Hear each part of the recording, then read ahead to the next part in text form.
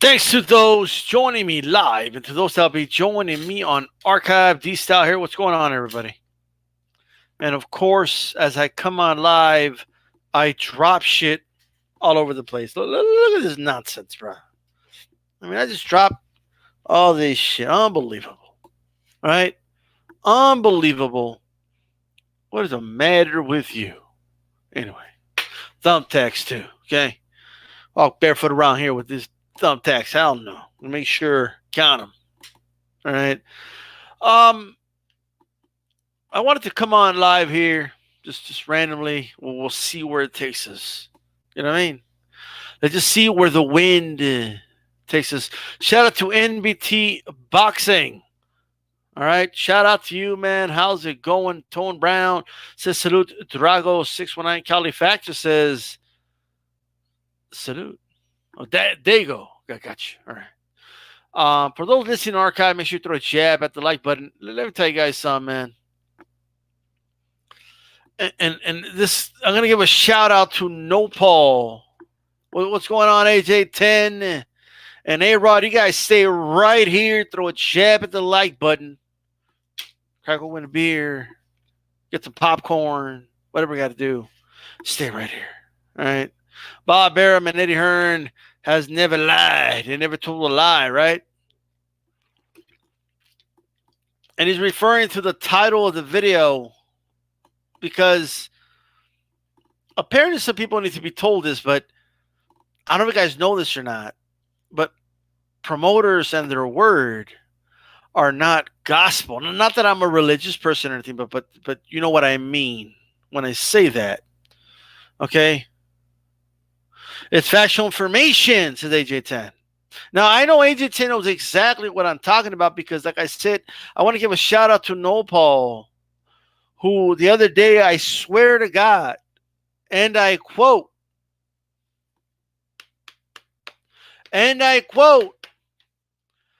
Oscar De La Hoya said it, and that's all that should matter. Or that should be enough, I apologize. And that should be enough. I quote, Oscar De La Hoya said it, so that should be enough, right? No one else, okay, Dago, that's interesting. We could talk about that a little bit. I'll keep this up here so I don't forget. Open forum, by the way. You guys should ask questions. Oscar De La Hoya said it, so, okay. Oscar De La Hoya said they offered a lucrative contract, so it must be true. We have to believe it until proven otherwise. Is basically the logic behind that. Okay? And I understand that AJ10, with that logic, promoters contradict their statements all the time. Absolutely. They do. You're correct. And that is an AJ10. I've not done that in a while. We got to bring these back, bro. I was out for a while. I was a little rusty during the live shows, forgetting about the fact checks and the whole nine. So because Oscar De La Hoya said, right? Because he said, that they offered Charlo a lucrative contract, that should be enough. Like, we should just take that as gospel, not question it, and just run with it. You know what I mean? Like you might as well put on some blindfolds and just like go run in the middle of the highway or something, and hope you don't get hit if you're doing that. By that logic, I don't know if you guys have heard this or not. I don't believe De La Hoya anymore, says A-Rod 83. Ese güey anda pedo. Look, man. Okay? Oscar De La Hoya. All right? You guys can talk to me all day about what are we talking about? His character? Look, let's leave fishnets and the spatulas aside. Let's set that to the side. Okay? This dude had everything. He had a stable of fighters, network deals, exclusive network deals, right? Most of the top fighters in the sport. Okay, Golden Boy had, sponsorships from D Walt to AT&T, paying them millions. Okay, Mayweather fights, they were on Golden Boy cards. Okay, whoever fights, you name it, aside from a few like Pacquiao, etc. He had everything. He had everything. What's going on here? The dude had everything. You guys stay right here. I see you pressing likes and going. Listen, right? Tell me what you think in the comment section. Let's get to 10 likes ASAP. Oscar De La Hoya, right, had all these things, right? And he had one job. He just had to be the face of a company.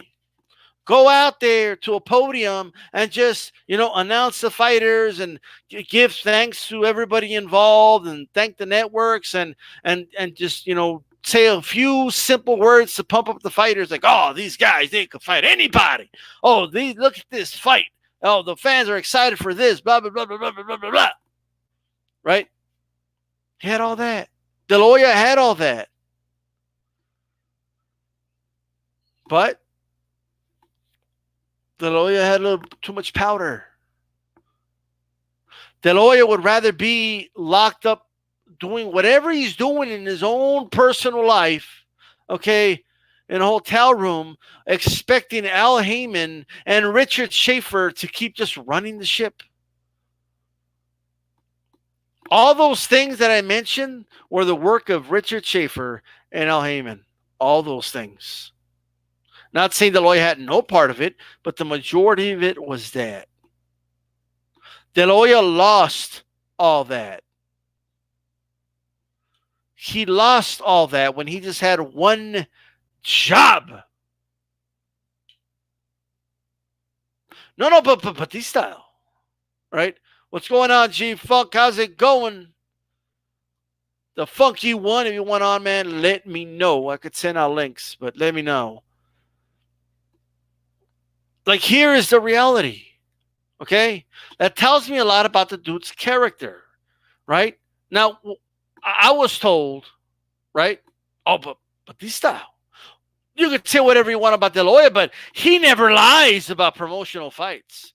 If De La Hoya says, okay, that a fight was signed, or not signed, but offered, a deal was offered, then that's all that should matter, right?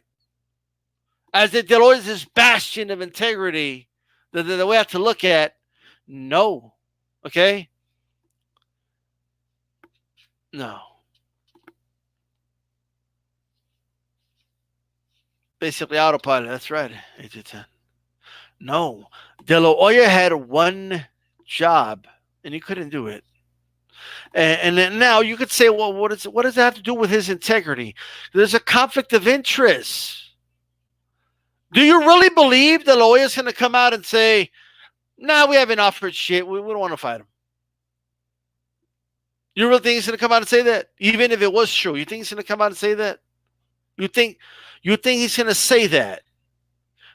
Promoters don't do that. Promoters don't go and like tell on their own fighter.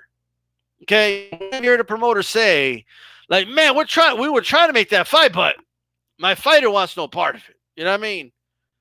Not if it's not in-house, believe me, they're not going to say anything negative about their product.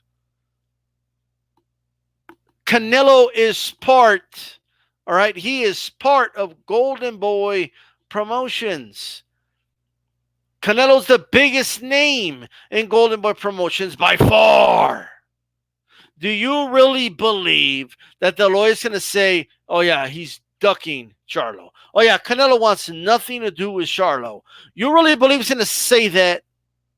No, he's not. He's more inclined to say the opposite, right? If him as a promoter wants to promote his product, Canelo, as this guy who will fight anybody, anytime, anywhere, what type of things do you think he's going to say? What do you think he's going to say? I hear G-Funk. A-Rod says, when you a promoter, you have to take care of everyone. You got fighters saying now that they don't take care of black fighters. Shady dude. I see. Look, no doubt about it, De La Hoya has done a lot of shady shit. Okay? And he's a promoter, just like anybody else. Like all these other fighters. Barrera left him. Mosley left. Marquez left. All these people left the position. Many fighters, not just Al Heyman fighters. He lost many.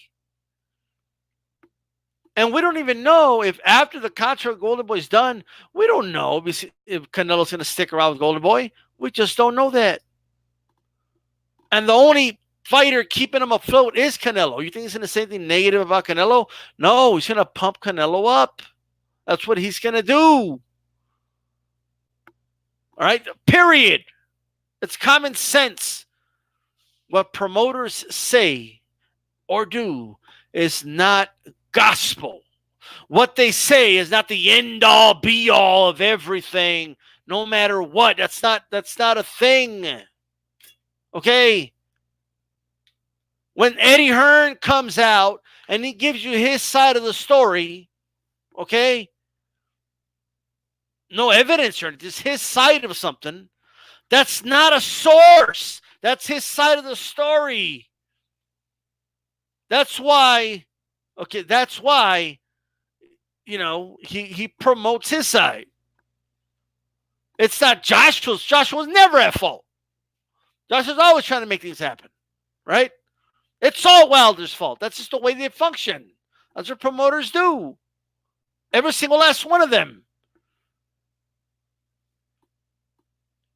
Promoter talk. My guy is the best. He fights everyone. He will KO other guys.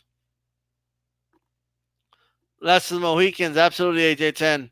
Canelo has no need for Golden Boy, to be honest. He has no need for Golden Boy. None. Canelo doesn't need Golden Boy. Especially if he could do a deal like the Zone where he gets a guaranteed amount and he just needs himself, his agent, to negotiate for him, and that's it. He doesn't need Golden Boy. Okay, he don't need to deal with all those shenanigans. Okay? He could easily be like, I'm out. Canelo could make a partnership of his own promotional company and leave other promoters to promote the fight. Yeah. He could hire anybody. He could promote his own event, man. Canelo does not need anybody. Book it. He doesn't need anybody. All right? Canelo doesn't need anyone at this point. He doesn't. Now, I'm not even here to say that this contract that was offered to Charlo doesn't exist. Okay? Like I'm not saying that. I'm just saying I want proof. All right? De La Hoya saying it is not a source nor proof. Okay? Like that's not the way it works. I want to know what the lucrative offer was. I want to know what it is. Show it to me. No, but you can't do that. Just take his word for it. Nah, I'm not taking his word for it. How about that? How about you show me? How about that? And if fans collectively take that same approach, we'll get a lot of this shit done. And we'll get it done a lot faster. Okay? It's just interesting. Because we just got to take these promoters' words for everything. And we have channels here on YouTube that just take the promoter's word for everything. Right? They don't come out and say, Eddie Hearn claimed, ... No, they come out and say, oh, see, I told you I was right. And then they tell you everything they believe. And then proof, It's in the comment section, okay, or in the description box, and you click on it, and it's an interview of IFL with fucking Eddie Hearn talking. I'm just saying. AJ10, by the way, what is considered lucrative for Charlo? We don't even know what that means. It was worth millions. I mean, 1.5 million, I guess could be millions. I don't know. Okay. How much? Like, well, what are we talking about? What did the contract entail? Was it a lucrative $1 million worth millions? But what if it's a 10-fight deal? And it's a course of the next 5 years, and it has to be all fights on the zone. Like, what if that was on the deal? Like, I mean, you just don't know. We have to know what's on the deal, right? What the zone supposedly, they never released that. Okay, what the zone supposedly offered Wilder, right, came out and it's out in the open. Why would this be out in the open? Lucrative is absolutely subjective. Tell us specifically what you offered. All right? This is how it works, right? Come out. Tell us, how much did you offer? What amount did Golden Boy supposedly offer Charlo? Jermall, I'm assuming, the middleweight. All right? How much did you supposedly offer him? Give us the amount, and then this is what we're going to do. We're going to go like this. Okay? And then we're going to turn around. We're going to look at Charlo. Okay. Well, first, we're going to say, okay, yeah, that's a pretty good deal. Or we're going to say, that's a fucked up deal. I wouldn't have taken that deal either. Right? We're going to do that first. We're going to determine that first. Once we determine that, okay, let's say we say, oh, that's a pretty good deal. You know, we don't know if it's misleading yet or anything, but on the surface, it looks like a good deal to Loya. And then we're going to turn around and we're going to go, Charlo, did you turn down that deal? That's what we're going to do. And then one or two things can happen. Either Charlo's going to say, like, I wasn't offered that deal. Or he's going to say, yes, I was offered that deal. Right? And if he says, no, I was not offered that deal, we're going to do this. Charlo says you're lying. So, but if, will you take that deal if it's true? You want to offer that deal again? All right, right? That's basically the way that would work. Okay? Now, and if they say, yes, we'll offer him that deal. You want to take that deal? He said he'll give it to you. You said he didn't, but either way, whatever. They're saying they will. Will you take it? No, okay, you're ducking. Okay? That's the way it works. Now, let's rewind. Did he offer you that deal? Oh, yes. He did offer me that deal. But, okay, what were the provisions? What's going on? Well, then it's a different conversation. Eddie Hearn said he offered $7 million but refused to show it in the email. Well, that's interesting. What does Eddie Hearn have to do with Canelo and Charlo? Kelly, can you give me some background about that, Kelly? Because that's not making sense to me, like, at all. Like, that's not. What is Eddie Hearn? Eddie Hearn's the same guy that said the following, and you could go to Boxing Scene right now and look at it. Because writers like to make headlines about what a promoter says, right? Eddie Hearn said in his own words, look, I'm just a fan, but I don't think Canelo will ever fight at middleweight ever again. That's the headline. He said, I quote, I'm just a fan.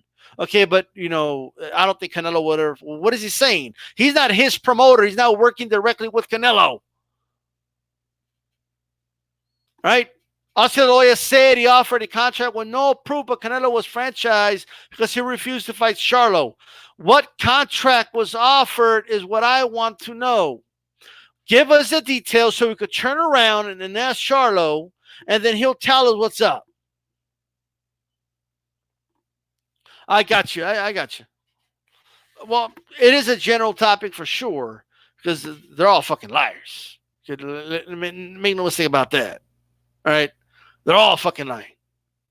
But talking specific about this, De La Hoya gives no details, okay, no specifics. They just use the word lucrative, right? And we're just supposed to take his word for it. And De La Hoya does have a history of being a pathological liar. So, of course, we're going to question that. Of course. Look, I'm not asking for Golden Boy to release like somebody's social security number or credit card number. Okay, well, we're not asking you to give us the combination to some fighter's locker or some shit. Okay, we're not asking for medical records or personal medical records or anything like that. Okay, we're asking you to show us proof of the figures that you're trying to use to say that your guy didn't duck this guy because you say it, because you professed it. Okay, that's just that something's not adding up. Something is not adding up to this equation. So I go back to the original quote by Nopal. And shout out to Nopal, but he said,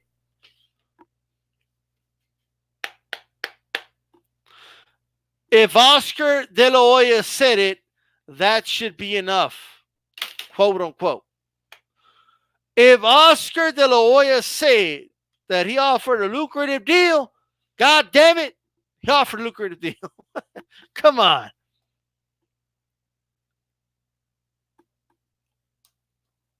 This is the land of sharks. You guys seen Game of Thrones where Littlefinger's talking to Sansa and he tells her, look at us, we're all liars here. Promoters, okay, are liars. Right? That's what I think about that quote. Right? I'm just saying. Paul's a cool dude, but you're wrong on this one. Right? No, that's not Eddie Hearn in my shirt. That's Ray Donovan. Right? These sounds are Ray Donovan out here. Right? But check it out. Everything in life has the way things should work is with checks and balances. Right? Just in general, right? In boxing, we have a thing called the promoter, all right? We have the promoter. And, of course, we have the fighters, all right? We have fighters. They matter, too, of course. Without them, we don't have a sport. And then we have fans, okay? And then we have managers, all right? Let's add networks on here, okay? Networks, all right? Networks, promoter, fans, fighters, managers, all right? The whole nine. All these things have their own interests. What does a promoter want to do? What's the job of a promoter? To promote, right? That's their job. A promoter is here to promote, right? A promoter, they want to maximize revenue, all right? So if you're a fighter that's not making the money outside of being an investment, they're going to use you as, fodder. That's just a reality, okay? They'll invest in fighters. They'll even lose money. They're willing to lose money early on. What's up, No Paul? What's going on? They're willing to lose, whatever the case is. It doesn't make them bad people, but this is what their job is. This is their purpose in the sport. And if that means you got to lie to dig up your dude, then that's what you're going to do. You're not going to go around telling people your fighter sucks. You're not going to go around and admit that your fighter didn't fight a certain guy. You're not going to go around and admit these things. You're going to dig up your fighter. Your fighter is the best, goddammit. Okay? Your fighter is a top motherfucker in the sport. Your event is the event to see. What are you going to do on Saturday, February 8th? God damn it. I'm the promoter. I'm going to tell people that my event with my fighters. My card is the spot to be. That's what you got to do. If that means you got to lie, cheat, and steal to do it, you're going to do it. That's what you're going to do. And as a promoter, to maximize the amount of money you're making, if you can get away with ripping your fighter off, you're going to do it. If you can get away with, whatever it is to maximize your profit, you're going to do that. The networks fall in line with that as well. Okay? So we'll leave them around, the promoter section. Fighters. What is a fighters thing? What do they do? Right? What's fighters' objective? To make fucking money. They're prize fighters. Okay? Their job is to be prize fighters. That's what their fucking job is. If a fighter can make $5 million fighting a bum, guess what? If he can get away with it, he's going to do it. Okay? If he can get away with it, he's going to do it. And it doesn't make him a bad person. It's what he's going to do. If he doesn't have to fight a certain fighter and the fans let him get away with it, God damn it, he's going to do it. If he can still get rewarded for it, God damn it, he's going to do it. That's every fucking fighter on planet Earth. Okay? That's what fighters are going to do. They're going to look for the least risk, highest reward. Every fucking fighter has always done that. The only difference that, they just say it now. They throw it in your face, right? But life is about checks and balances. What's the job of a manager who coincides with a fighter? To help his fighter maximize his gains, to get his fighter the best possible matchups, to get the least possible resistance for the most amount of money. That's their fucking job. That's what they do. No good manager is going to be like, man, we got these two fights. They're going to pay you $5 million to fight that bum? Or $300,000 to fight this tough motherfucker? If you're a good manager, you're going to say, fight that guy. Okay? That's what managers do. That's their job. Okay? And this is where promoters are important. Because promoters don't benefit from dudes just fighting bums. They don't benefit from least risk, high reward. So there has to be a tug of war between these forces. That has to exist. That has to be a thing. Like there has to be a tug of war, okay, between all these forces right here. Okay, there has to be a tug of war. A promoter will rip off a fighter if he can and maximize his profit.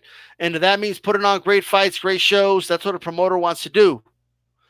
A manager, if he doesn't give a shit if the arena's empty, if his fight is getting paid and he's getting paid, they're winning. That's just the reality. So there has to be that tug of war right here. Now, this is where the fans come in. Okay? A fighter is already fighting for least resistance, maximize revenue. He's already fighting for that alongside his fucking manager. Promoters they're already lying, cheating, trying to get the opposite of that. That's already going on. You, as a fucking fan, don't have to be over here like fighting for the fighters' rights and siding with the promoters like a bunch of fucking blithering idiots. We play our own fucking role, all right, in this tug of war, right? The fans, okay, we are the demand, okay? We're the demand of this boxing economy, all right? We're the ones that bring in the fucking revenue.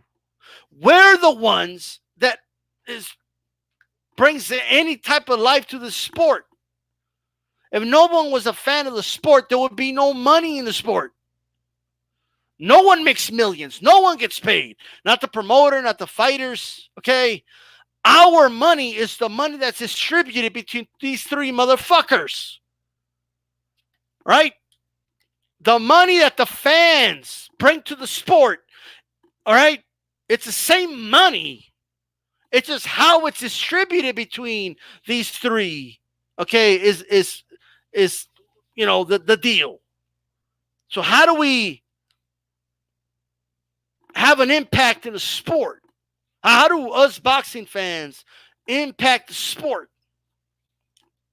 We demand what? That the best fight the best. We demand, okay, that this money that these three motherfuckers are getting, this is what we want in return. We want the best fighting the best. We want top dogs facing top dogs. Okay? We want that. As fans, we want that. That's the way it's supposed to work. All right? Unfortunately, it doesn't work that way. We have fans that, they come over here and they side with the promoter. You know what I mean? They're like, you know what? Boxing's a business, and you have to understand that the promoter wants to make money off the event. So these fighters got to stop asking for too much money. They don't generate that money. So why should they ask for that amount of crazy money? You know what I mean? You guys do understand that the money that the networks give the promoters and the fighters and whatever is made, in the arenas and all that is money that either advertisers pay towards that, the money that is given from, ticket sales and all that. That's the fans' money. Okay? Advertisers pay for eyeballs to look at ads. Okay? So how that money is distributed is the money that the fans are giving to the sport, right?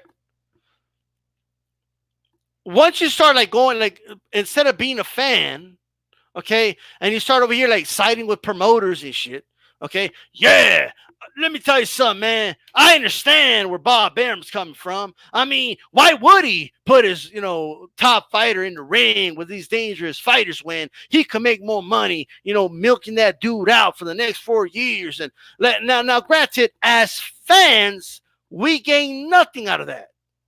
We gain nothing out of a dude fighting nothing but buns for 5 years. We don't gain anything out of that. Nothing. It actually defeats the purpose of being a fucking fan, right? Promoter is already doing those things. What the fuck are you guys doing? What are you doing over there? If Eddie Hearn is sliding in some money for you guys, some of you YouTubers out there, hey, get your money, okay? Then you do belong up here, right?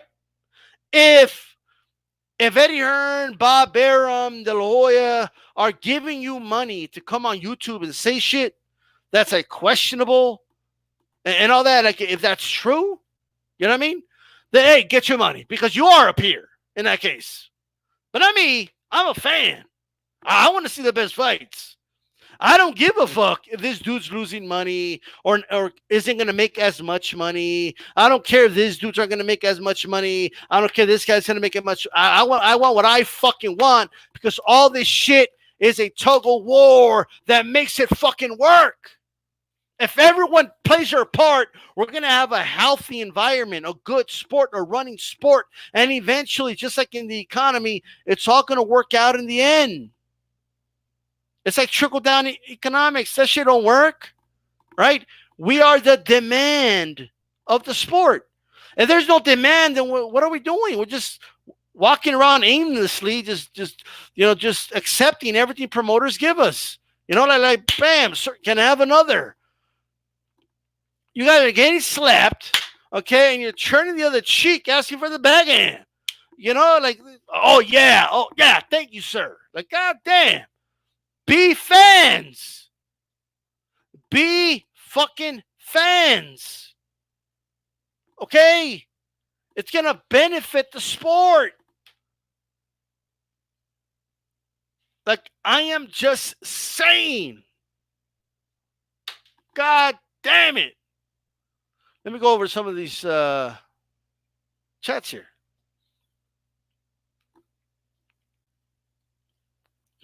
Best fighting the best only happens in other sports. And yes, like we watch sports, right? And I understand, like, people like they get on these semantics, like boxing is not a sport. Boxing is they're not athletes, they're warriors, and like it's a fucking sport. Okay, it's a combative sport, but it's a sport, right? Like I'm just saying, all right. Um, look, we do establish a hierarchy in sports. We want to know we inherently want to know who the best is. We inherently want certain fighters to be the best. All right? That's what made Pacquiao Mayweather was not big because people thought that would be the most exciting fight in the history of mankind. That fight was big, okay, because people generally wanted to know who was better, right? Now, no, Paul, if you want to come on here, bro, by all means, no, Paul. Let's come on here. The link's in the chat. All right. It's in the chat. The link is in the chat, no, Paul.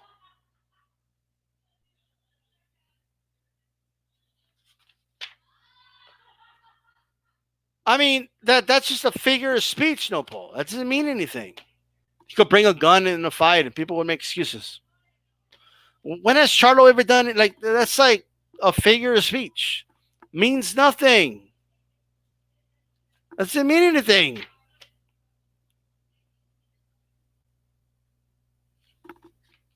We all know what the franchise belt was about. Come on, man. We know what it was about.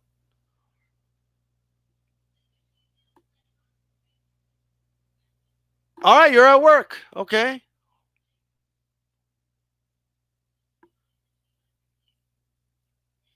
No, Paul says, cool. We'll wait for more evidence and it will give people time to get excuses ready. It ain't our first rodeo. What are you talking about? How are they going to prepare for excuses? If, like in other words, that doesn't make sense. All right, first of all. So it's one thing if, let's say, Alejandra Jimenez is busted for steroids. So we know what it is. They released what she tested positive for. And we know what she tested positive for. The WBC comes out and says you have 10 days to come up with an explanation or an excuse as to what happened. You know what I mean? Present us some evidence as to what happened and we'll review it or whatever, right? That's one thing. We literally do not know. We don't fucking know what the lucrative offer was from De La Hoya. So there's nothing we can prepare for. Nothing. We have nothing to prepare for. Okay, and I'm using the word we very loosely. We do not know what the so-called deal was. Shout out to Drew Titan. In Al, what's going on, Ted? It's a half a sport, half sideshow. I got you, Christian NWO. I got you. No, Paul. We have to be fans of the sport. When you do this, you treat all of these guys evenly. Okay? Now, we could sit here all day, what about, so-and-so is biased towards Charlo, and we could do that shit all fucking day. If you want to come on, Callie, the link's in the chat. No, Paul said he can't come on. I offered him a link. He's at work. You know what I mean? But he came in and said, you kidding me? He said, you kidding me? What do you mean, are you kidding? No, Paul. You literally said, if De La Hoya said it, that should be enough. No, it shouldn't be enough. What do you mean? Why would that be enough? The problem is fans will rather defend their favorite fighter than demand the best fights. Right? Now, granted, I want to know where you stand. Like all bullshit aside, do we want to see Like, is that a fight you want to see? Because then it'll tell me a lot about where you are. Do you think that Charlo Canelo is a fight? Is that a fight you'd like to see? I don't know if you saw it work, no, Paul, but is that a fight people that you want to see? Because usually the ones that in the first place say they don't want to see that fight are the ones that believe the lawyer when he says something like that. You know what I mean? Which brings me to this. Because now you're opening you're opening a Pandora's box here. If you're arguing, right, that De La Hoya offered Charlo a lucrative deal, I think De La Hoya should go public with it then. Tell us what the deal was. What was the amount of money you offered Charlo so we can do this? Okay. That sounds like a good deal. Hey, Charlo, you going to take that deal? Right? Because if we're not doing that, then what's the point of all this? But DStyle, who has Charlo fought? I want to see it, but I guess, okay, so you want to see it. Okay, you want to see the fight, right? So Charlo Canelo's a fight you want to see. So how about you demand the fight as a fan, right? Rather than playing in this game of who's ducking who and who was offered what. And how about you say instead, make the fucking fight happen? Because that puts real pressure on promoters, not believing what they say. Okay. And what is, you said he turned down a quote. Look.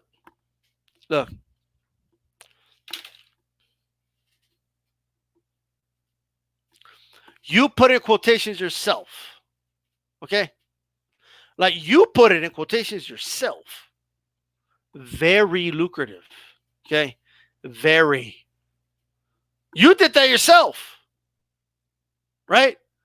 AJ 10 said it, but he's using it in the proper context. What is lucrative offer? What is that? What does that mean? Now you're saying very. What's very? What is that? I don't know what that is. That could be anything.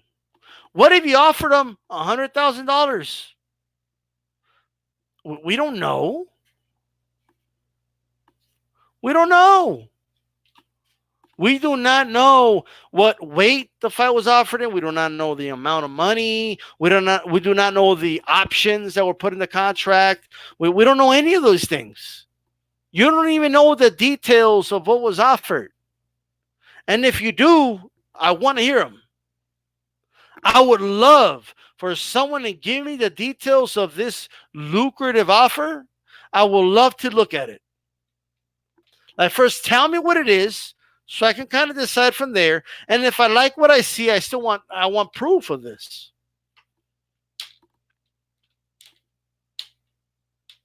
Because we could do two things. Even if he turned down that offer, and like you said yourself, you want to see this fight, right? Then if people unanimously agree, or the majority agree, man, that was a great offer. Why didn't you take it, Charlo? Then we can pressure Charlo, I guess in this hypothetical case, to take that deal. But we don't even know what the deal is. We just have Oscar De La Hoya profess that he offered a lucrative deal. We don't know how far the deal went. We don't know who the deal was presented to exactly. Did he send it to Al Heyman? Like, what exactly happened? I want to know. And we're going to believe it like it's gospel. I want a couple more, details. Give me more details than that. What do you have? I want more details. Not the promoter of the fighter that's being accused of ducking. Of course he's going to make an argument that he's not ducking. What's going on, Kelly? Look, if we get proof, what about it? present the proof first before I tell you what we're going to do with it. Show me, like, that's nonsense. That's like telling me the earth is flat, okay, and then tell me, if I show you the proof, what are you going to say? Show me the proof. What's going on, Calvin? Oh, what's up, man? How you doing? I'm chilling. I doing overtime, dude. Videos in the morning, coming on DStyleBoxing live afternoon. What's going on?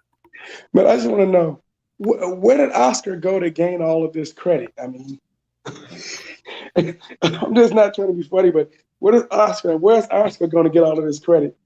And I mean, there's rumors of Oscar having all kind of problems with Canelo Alvarez anyway, that Canelo doesn't even talk to him anymore. They got to talk through a promoter. I mean, he has to talk through his lawyer. And so I just want to know, Canelo, I mean, if anything, Oscar De La Hoya is trying to save his relationship with Canelo Alvarez by saying this.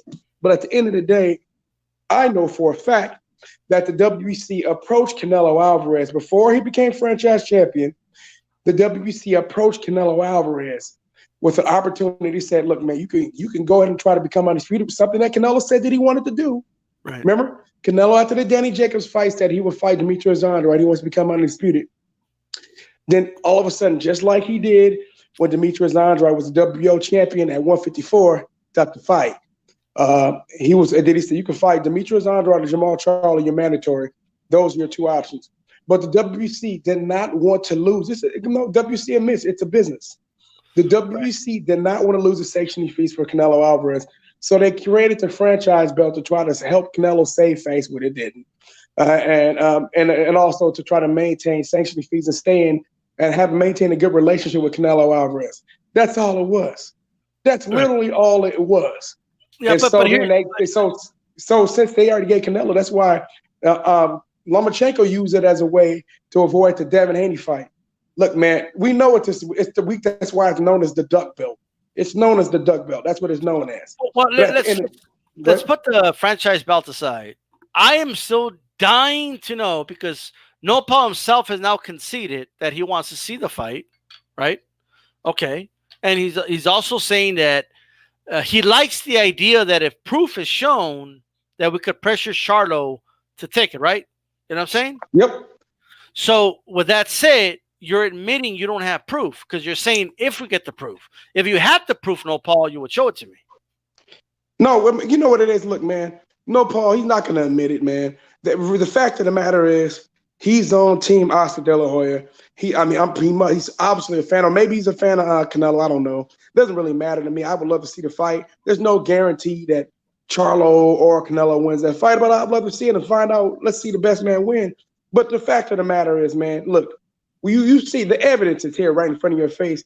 But this is the one that happens when people fall in love with fighters and then they ignore things. They give their fighters passes for certain actions because they like them. And that's one thing that I really worked on. He's telling you to show us proof. Show you proof of that? I can't show you proof of that, but I know for a fact that it happened, for the simple fact that, like I said, I'm just going to shut up because I'll tell you some stuff behind the scenes, but I know for a fact. I'm somebody, you know that I've had, look, this is not even my connection. This is a connection to somebody else. So this is not even my connection, but I've had connections with people inside the sport. It's common sense, bro. Yes. Like the franchise belt did not even exist. Okay, it wasn't a thing. They just flat out made it up for Canelo. That if that's not a smoking gun proof, I don't know what is. Okay, well, if you don't, but if look, man, a lot of fans start making excuses for fighters when they love a fighter, man. Look, like I said, that's one thing that I wanted to get away from. I try to check myself. I try to be fair, which you've seen on my channel. I've criticized Charlo. I've criticized Andrade. I try to criticize every fight. I try to be fair. When I get evidence, then I try to balance things out. But I don't like to lean a certain way. For the Terrence Crawford, Earl Spence situation, I've been fair. I mean, I try to be fair and try to be down the middle. But evidence is mounting in another direction. I have to go with that. So one thing that I don't want to do. Charlo was mandatory. Just because Canelo was given a franchise belt where he never has to fight Charlo, that's not evidence. What are you talking about? Isn't that something else? It's something, and it's funny. Canelo said he wanted to be undisputed, but all of a sudden he decided to become franchise champion. Then all of a sudden, well, I heard the IBF situation was something that Canelo didn't know, that Oscar kind of fucked up on that situation. So that's why Canelo was front. That's one of the reasons why Canelo ain't really fucking with Oscar right now. But the franchise situation is something that Canelo absolutely knew about and chose not to go that route. Canelo Alvarez could have been undisputed. He could have said, "Nah, I don't want the belt." But if he would have said Canelo that, didn't have to fight Charlo though. If he would have fought Andrade for undisputed, he wouldn't. I mean, no one would have said anything. But like, okay, that's not ducking Charlo because he's trying to get all the belts. That's the fight that I actually wanted him to take. Like, it makes sense. Canelo got 3 belts. Why not go get the 4th one? Become undisputed. Remember, he said that right after the Danny Jacobs fight, and then all that shit died ASAP. Because he never wanted to fight Andrade. He never wanted to fight Charlo. The evidence is there. As once again, he ducked Charlo at 150. You know what it is, Charlie? Is that everyone is. I mean, this sport is so unfair to Canelo. I mean, poor guy, bro. I mean, he just, he's not making enough money. He's only the highest paid fighter in the sport. Poor guy. You know what I mean? He has it so tough. And it's funny because here's the thing, though. For the most part, Canelo does what the fuck he wants to do. You see Oscar, you see how Oscar's been into Canelo's will right now. Canelo's running the zone. Canelo's running that app over there. People want to know what kind of power Canelo has. Canelo's running the app. Canelo got the WBC to back down to kiss his ass. But the WBC had to be fair to Charlo and stuff like that too. So that's why they tried to push the fight. But they didn't want to piss off Canelo Alvarez. So they had to come up with some type of plan to make all parties happy, which was, okay, since Canelo said you're not going to fight Charlo, here's a franchise belt. We're going to give you an honorary title. It's not a real title. The real champion is Jamal Charlo. You've been upgraded. And then Canelo, you can pretty much do whatever you want. You can never lose that title. And that convenient, can never lose that title and all this other stuff, man. I mean, it's obvious. And then he chose not to fight for undisputed. He told Triple G to go fight for the IBF title. I mean, for the WBO title instead. Funny thing, huh? Send that Triple G over there to that smoke.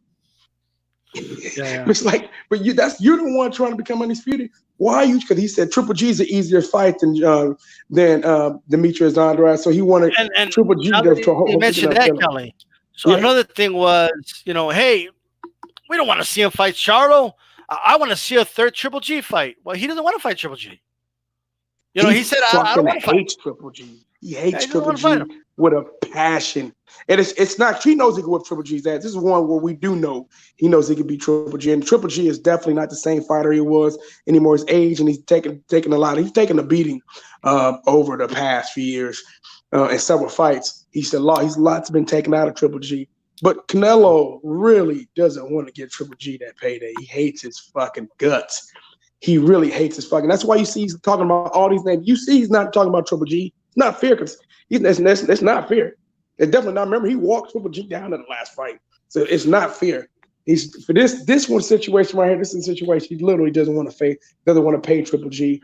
Triple G gets he's going to get paid twice what he gets paid on the zone right now, which is he's averaging about 15, 16 million. I mean, Triple G will get 32 to $35 million for fighting Canelo. Can you blame him for wanting to fight Canelo?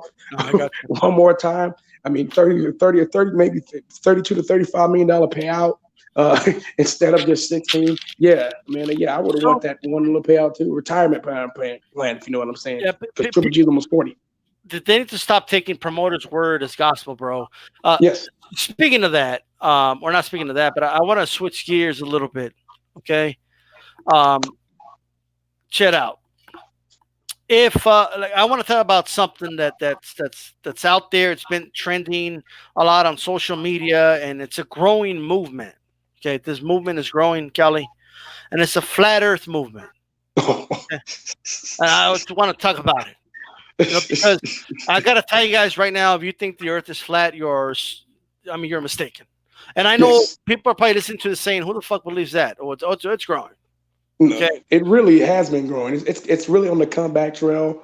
The flat Earth, it's been coming back for probably about at least almost 10 years. The flat Earth people, the movement is growing. There's a real flat Earth movement. It's crazy. I think it's crazy, but that makes sense. dude, there's flat earthers all around the world. This is crazy, bro. So I just want to know: can you sell? When you sell to the edge of the earth, do you fall off? What happens? Or you hit a wall?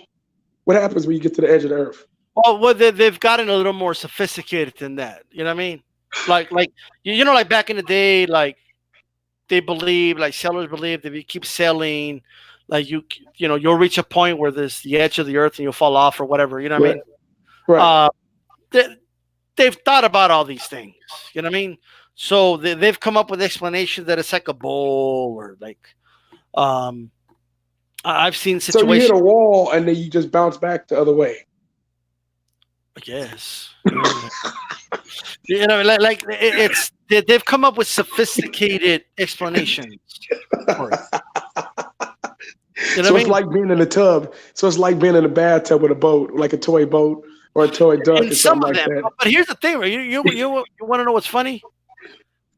The flat earthers can't all agree on how exactly the flat earth works. You know what I mean? They're like you guys gotta like get together, congregate, and like and stop debating about how it's flat and just all agree on how, because people that believe the earth is round, Kelly, like we don't debate about how round it is and how round earth works. No. And I mean, like, we know why there's seasons, a northern hemisphere, southern hemisphere. You know what I mean? Like we know these things. Yeah. You know what I mean? we know why there's night and day. We know why when you wake up, it's this way and then it's that way. We know why the sun sets one way and all that. Like we know this. Like, this is not like we know why this. Like we know ahead of time where the stars are going to be in 3 years. You know what I mean? We know this down to the T, down to the science. Like it is unquestionably. Pilots know how it works when they're on planes. Okay, like the plane is designed to kind of tilt slightly, a couple inches or an inch or whatever it is, after so many miles. Like this is just the way it works. That's how the whole astronauts are fake, man. That's all been done by movies. So so that's why the flat earthers are one of the reasons. There's no one actually goes into space, and that's all a myth. You know what I mean? Like I said, those astronauts. That's all been done by movies. What they do is they go to a movie studio and make it look like they're actually going to space. That's what flat earthers will tell you. So, it's I don't get it, bro. What is going on? Has our education system failed us? Hey, some of the flat earthers are the same people some of the people who are flat earthers say the dinosaurs don't exist too. So, I mean. Well, they're right. They don't exist right now. Yeah, because they're dead. They're extinct. But they're saying they never existed. So on Earth, they said, "Oh, it's a lie. It's a myth." It's like, oh man. So let me explain to guys how like. Let me ask you, Kelly, if because flat earthers don't believe that there's satellites in space. No, they don't. You know how stupid that is. You realize how dumb that is. Then what's the point of having a satellite on your house if there's no satellites out space? I mean, in space, your satellite literally is retrieving a message from the satellites in space. Right. That's how we get our channels. That's how we get a lot of radio communication. Yeah, but they will argue that these are signals, like in the flat Earth, that is being sent. You know what I mean? But I'm going to prove to you, like, satellites do exist. Now, I've seen, shout out to Reggie, by the way, Reggie Owens. If you want to come on, Reggie, let me know. Here's a nonsense, and this is why there is satellites, okay? Kelly, have you heard of a thing called, I'm not going to use something sophisticated, as simple as possible. All right. Real simple. Have you heard of a thing called satellite TV? Yes, I have. Okay. Direct TV, Dish TV, and there's other forms of satellite Sky TV in the UK, right? Okay. Right. It doesn't use the internet. Okay. Even your cable networks use satellite to transfer signals. But they're going to say, what are they going to say? Oh, no, those are cables coming from the ground, right? And the cable's right. But not in satellite TV, though. Yeah. Now, I've heard flat earthers, I was listening to them today, argue that that they're cables from the ground, and they just put the satellite there to look like it's pointing somewhere. Right? That's what they say. That's what. Now, here's my thing. All you have to do is go to a home that has satellite TV Right. and look with your own eyes where the connections are and where the connections run to know that. But let's leave that aside. How the fuck do they get signal on a moving RV then? Well, let me ask you something. Let's moving RV. Not just that though, too. What do you know? Because if a tree blocks your satellite, you lose a signal. It actually blocks the signal for real. So if you have a tree, if you don't cut your tree, let's say you got a huge tree, and the tree limbs are, if they're smacking the satellite, your signal is going to get fucked up for real. Yes. But I guess that's not the satellite. I don't know what to say. I don't know. I don't even know what excuse to come up with. What are the things, anything that make it obvious that the Earth is round? Well, the fact that we've went to space and we can actually see it from outer space. We actually have pictures from outer space. We actually have rocks and other things from outer space. We've actually had meteoroids, asteroids, and shit like that have come and landed from outer space. Where we have pictures. We have evidence, video, pictures. Right. We've actually have actual physical evidence. Argue that's all part of the conspiracy. You know what I mean? I'm gonna trigger a bunch of flat earthers. Check this out, Cali. Okay. Yeah. You see this globe right here?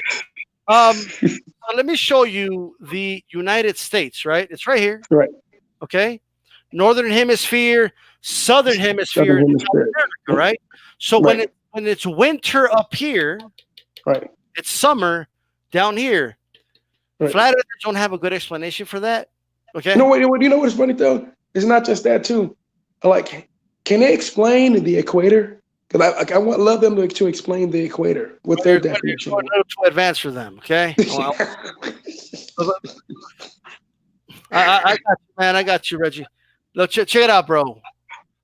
In American satellite TV, do you know why? Now, satellites can travel, like a satellite signal, travel like long distances. You know what I mean? But when they beam in, let me try and get something. Let's say this is a satellite right here, okay? Okay, so this is a satellite, and it beams signal. Let's keep it simple. Satellite TV, right? If you have a satellite on the western arc, okay, on the western side of the U.S., okay, you guys can see that's the U.S., right? If you're in California, and this is why you'll notice satellite dishes point upwards, okay? And like they'll be pointing upwards. And this is why, like, this same satellite, when you go east, like in the Northeast, Midwest, and stuff like that, the satellite will be pointing like tilted to the side because it's trying to come this way to the satellite dish, right? This same satellite, it'll reach as far as Puerto Rico, right? But if you keep going, right, at some point you cannot read the satellite dish, okay, because of the curvature of the Earth, right?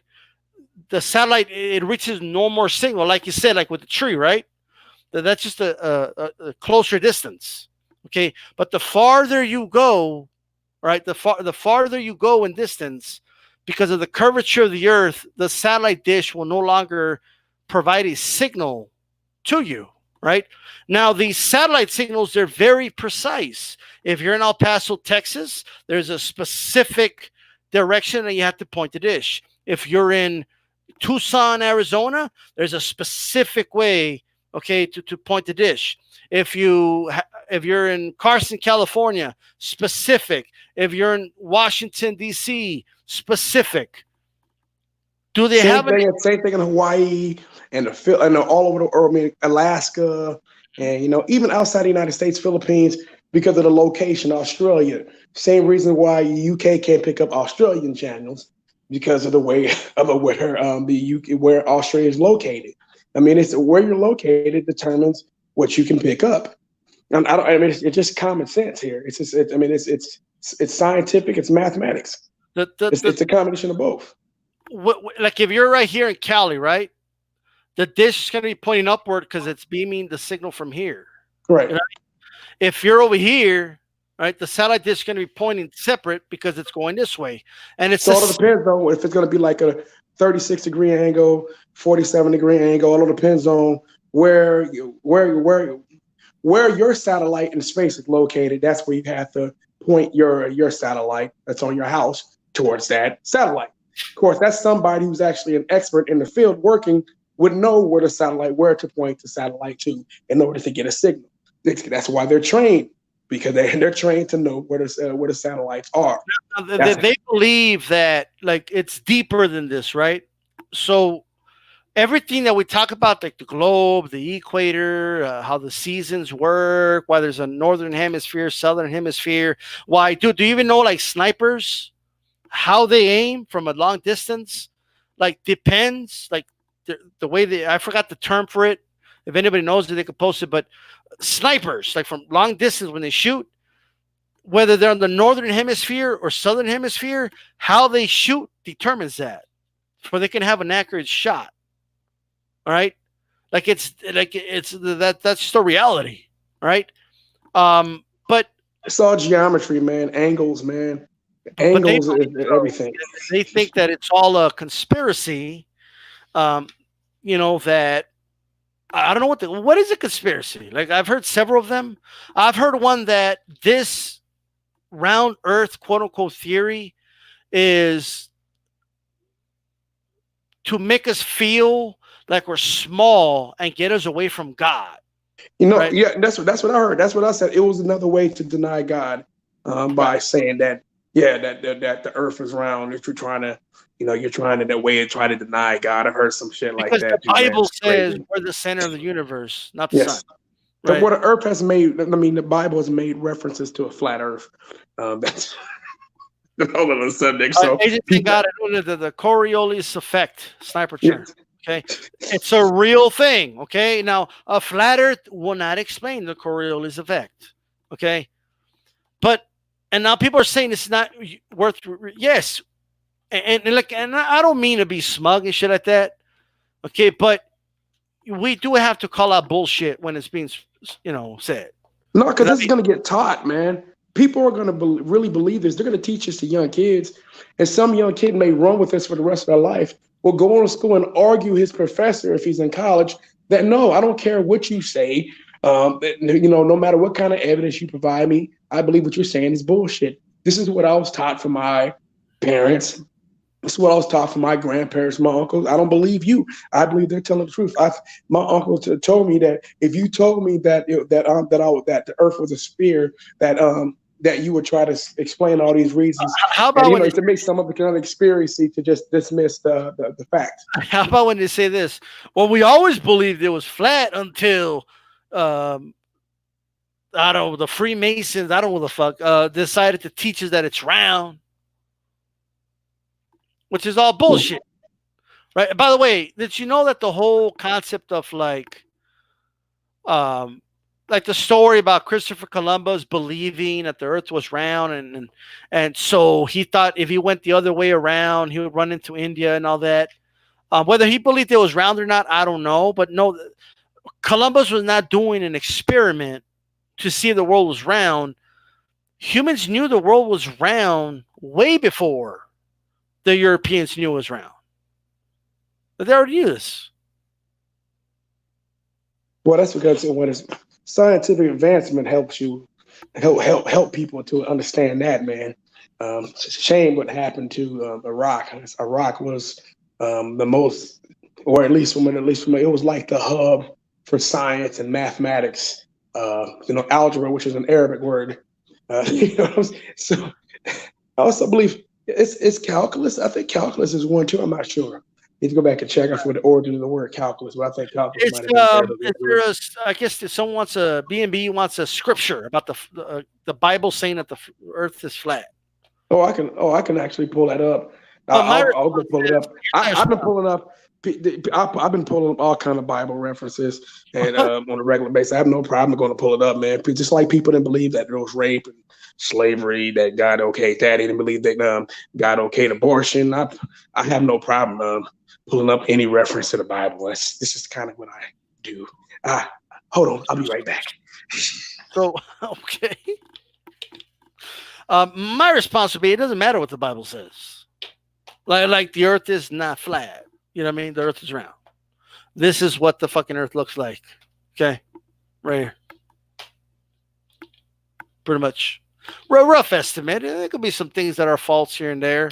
I like this globe is a little more accurate. You know, Africa is bigger than North America. There's some older globes that had it opposite and stuff like that. But it kind of gives you a rough idea. And it also explains, right? Like if it's tilted on an axis, right? Like think about it, right? Tilted on an axis, right? And if the sun is hitting the earth, it explains why, as the world, like, in a year goes around the sun, right? The tilt of the axis explains why the northern hemisphere has summers in one season, okay?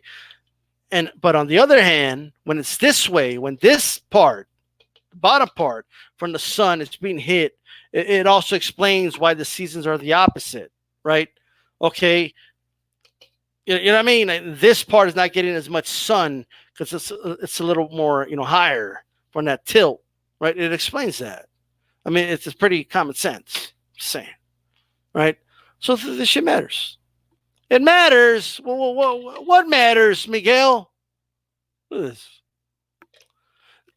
Do any flat earthers out there have a better explanation for the season? Yes. Can I read this scripture to you? Job 37:3. He unleashes his lightning beneath the whole heaven and sends it to the ends of the earth. The ends of the earth. There's several more. Job 37:18. Can you join him in spreading out the skies, hard as a mirror of a cast bronze? Matthew 4:8. Again, the devil took him to the very high mountains and showed him all the kingdoms of the world and their splendor. Proverbs 8:27. I was there when he set the heavens in place, when he marked out the horizons on the face of the deep. Psalm 75:3. When the earth and all its peoples quake, it is I hold its pillars firm. Psalms 93:1. The Lord reigns. He robed in majesty. The Lord is robed in majesty and armed with the strength indeed. The world is established firm and secure. Psalms 104:5. He set the earth on its foundations and it can never be moved.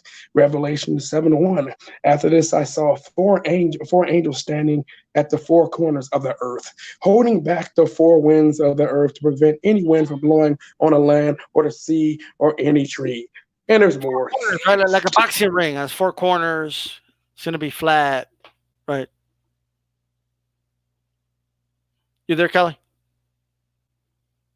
Yeah, I'm here, man. I was gonna let you go ahead and go. No, B&B. I kind of felt he was gonna say that's not what it means. I assume he's gonna say something like, I'm assuming you can speak for yourself, but I'm assuming many would say, "Oh no, that's just speaking in a poetic way, Kelly. It just means go everywhere on the earth."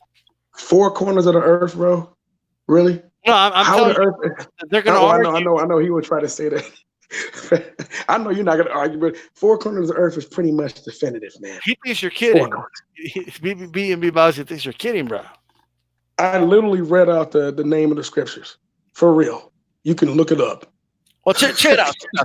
Newton invented calculus haplotype. It was ancient Greek who is credited for providing that the world is round, did an experiment with the showdowns in wells and that they were far apart. Gotcha. But check it out. Okay, does it not make sense, Kelly? Right? If I'm the sun, right, and the Earth is tilted on an axis like this, right? So take North America, right? So when it's this way, the tilt of the axis, who's going to get most of the sun when it's tilted this way? Yeah, North America. So when it's tilted this way, yeah. You know what I mean? The northern hemisphere. That's summer, right? Right. Okay. And when it remains the same, the axis. Right. Who's going to get most of the sun when it's this way? Right. South It all America. it all depends. Yeah, that's what the Earth does. South America. So the Earth goes Right, around. That's a year when it goes around the sun. right, Okay. right. For those that don't understand, that explains that. That's why the northern hemisphere, southern hemisphere, Yep, when it's summer here, down there, it's winter. right. Okay. That explains that. Flat earthers don't have an explanation for that. Okay. Yep, Also, a day is when the Earth turns. That explains night and day. right. That explains why night. Why is it cold at night? Okay, because you're turning away. You're not You're facing the turning away sun. from the sun. Okay. Well, why does the moon have light? Because the moon's on the opposite end of the sun. Yes, Okay, so the sun hits the moon. That's why we could see the moon. Okay, yes. it it explains why we have a full moon. It explains how we can calculate. Uh, you can look at a calendar and they'll tell you when you're going to have a full moon, when it's going to look like a sea, when it's going to Yep, be a half moon. That's how we yep. know these things. But we have people out here believing in a flat Earth, bro.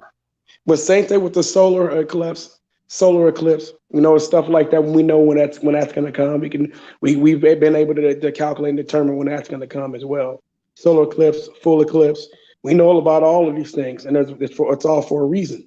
Just like we can determine when we're going to be able to see, Mars and stuff like that. At certain times, we could be able to see Mars and all this other shit. Everything I went over is Right, supposed to be common knowledge.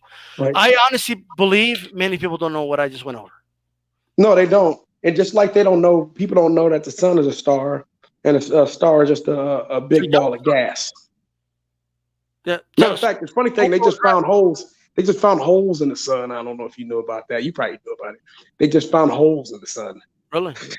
Yeah, I actually didn't know that. No. yeah. And they found holes in the sun, man. It's crazy. A big black, empty spaces inside of the sun. Now they believe at some point. I think they said. I got to go back and look, but I think I remember I read they said that I think they said it was like it looked like a piece of the moon may have hit it at one point. I mean, I had to go back. Yeah, it's just more of an observation. They believe like a piece of the moon they may have hit the sun at some point. It's crazy, but so it took a big piece of it out. But then again, most people don't know that the sun is going to die, and then Earth is going to die. But then again, we also know that the Andromeda and the Milky Way galaxy are getting ready to collide, and we're going to have a new galaxy in the future. So I don't know what's going to. Some planets may be kicked out of the new solar system.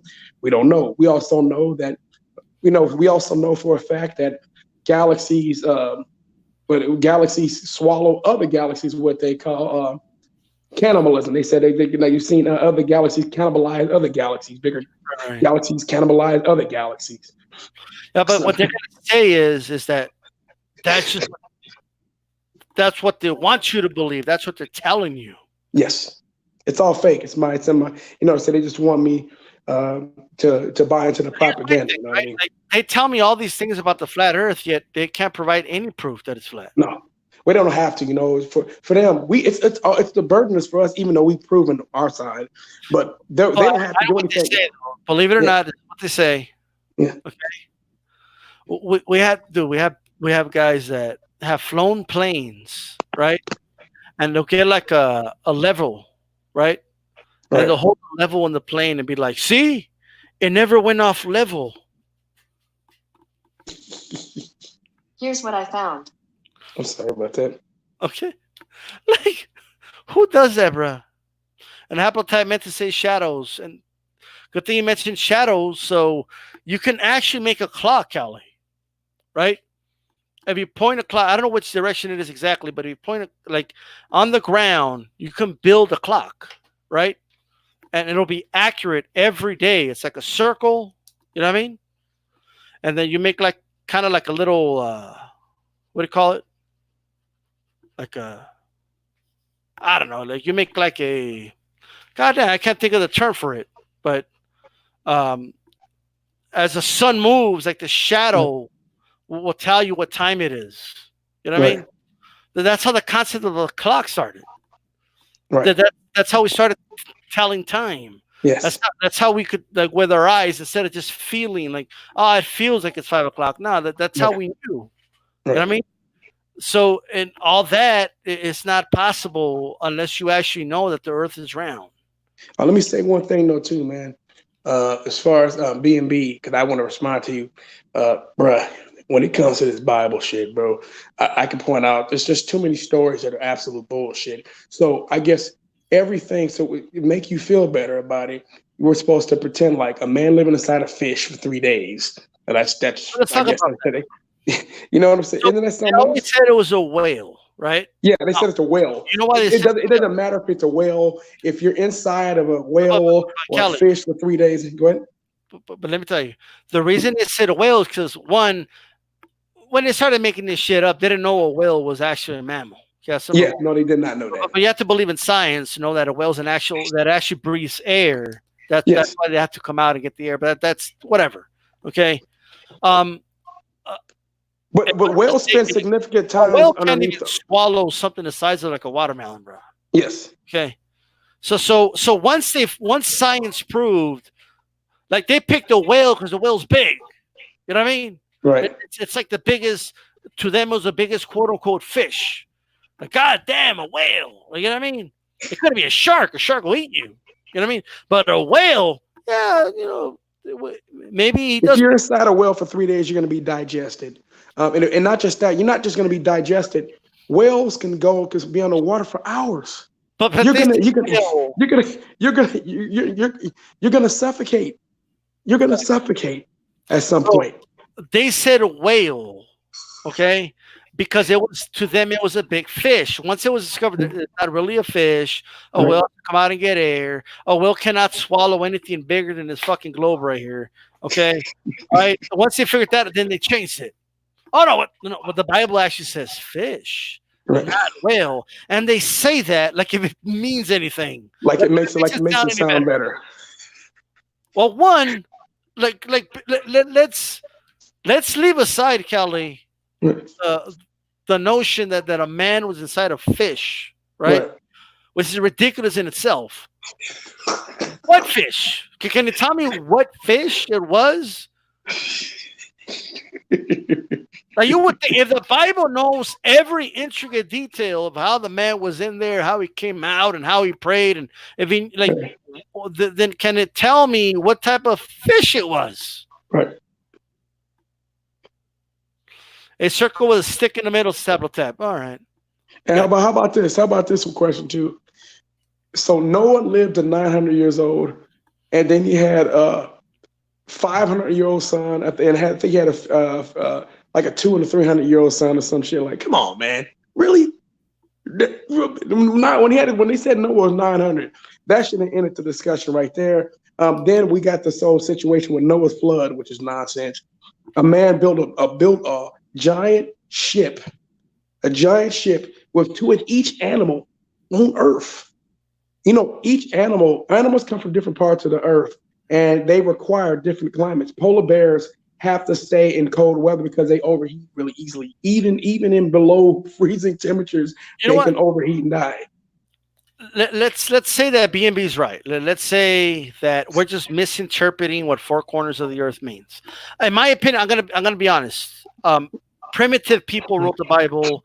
Primitive people thought the earth was flat. Okay. So when they wrote four corners of the earth, to me it does sound like that's how they're talking, believing that it's flat. But let's leave that aside. Let's say it's a figure of speech or whatever, right? Poetic type writing. I get it. So okay, let's talk about this one. So there's a verse in the Bible. I don't know if you could get it for me, Cal. I think you'll know which one I'm talking about, where it says that if a man rapes a woman, then that man needs to pay gold to the father and marry the woman.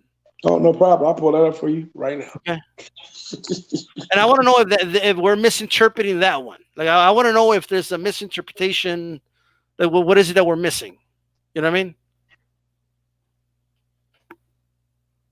Yeah. It's always an excuse for why things happen and why things were said in the Like, Bible. does it mean rape in a poetic sense? Like I just want to know what it means by that. No, it was just flat out rape. I mean, I don't know. I just want to know if we're misinterpreting it. But I do want you to read the verse so they don't say I'm taking it out of context. Okay. Let me start to pull this shit up, man. Here we go. Let's see.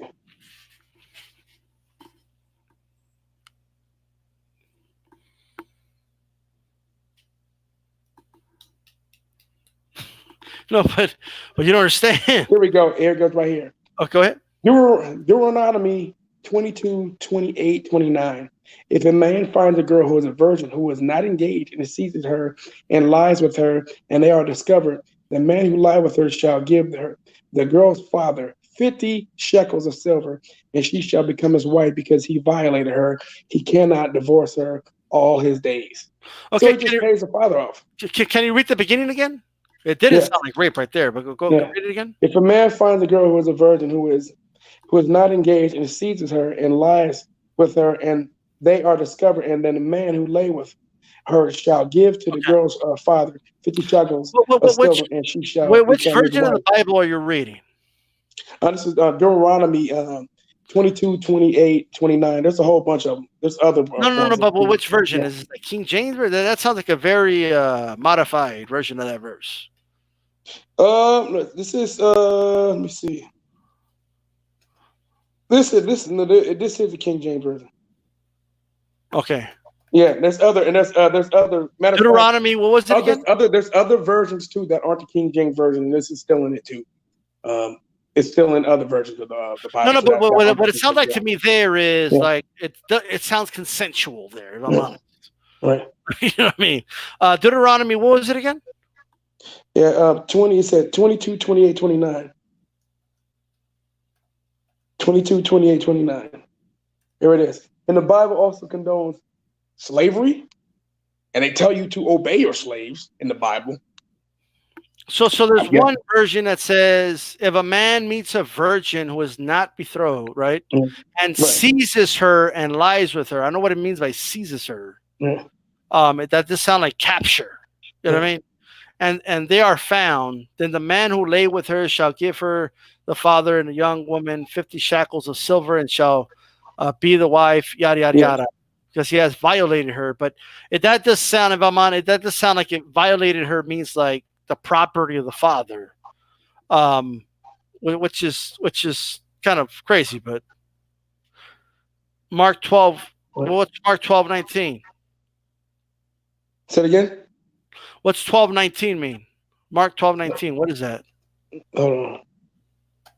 Pull this shit up.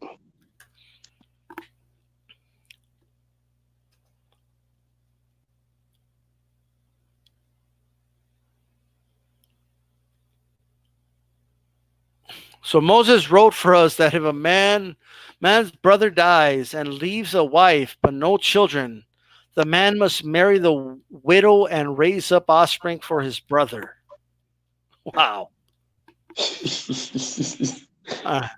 Yeah, he said, "Man, that leaves the wife, but no, yeah." I don't know, man. Like I'm pretty sure it says if a man rapes a woman. There is some that speaks about rape too. Hold on, there's more. There's more of it. That one, it doesn't sound like rape. It just sounded like it was consensual, but he violated the property of the father. That's what that. If I'm honest, that's what that one sounds like. Okay. Which is still wrong.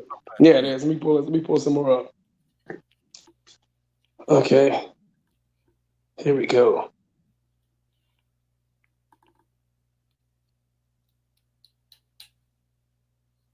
Here we go. Deuteronomy, whatever. They said it's 22, 25, 27. But in the field, the man finds a girl who is engaged, and the man forces her and lies with her. So this is one right here where at least the man gets killed. Yeah. But you shall do nothing to the girl. There is no sin in the girl worthy of death, for just as the man rises against his neighbor and murders him, so is this the case. When he found her in the field, the engaged girl cried out, but there was no one to save her. There was no one to save her. I was stunned when that's what the Jew said. I was stunned when I first read this. But I'm going to repeat this again. But in the field, the man finds a girl who is engaged, and the man forces her and lies with her. Then only the man who lies with her shall die. But you shall do nothing to the girl.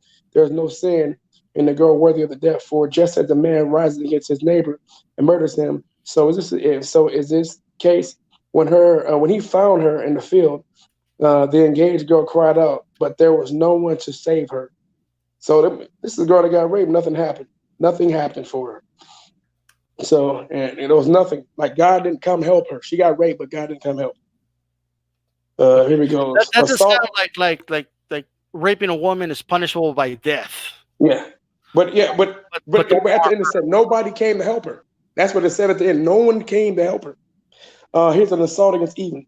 Some look at this. They said, here we go. Let me see. We can pull up the actual scriptures. Mhm. The atrocity is an ordered exploitation of God designed when He created male and female. Okay, here we go. 2:18:25. From the beginning, He intended for women to be protected and valued, whether she is a. But that's not the version I want. I'm sorry. I'm about to go somewhere else and get that version. But yeah, there is actually others. There's other. I actually have this on my on another on a. Let me stay on a flash drive. Mm-hmm. Okay. Well, what's you there? You there? Yeah, I got this. Hold on a second. Okay.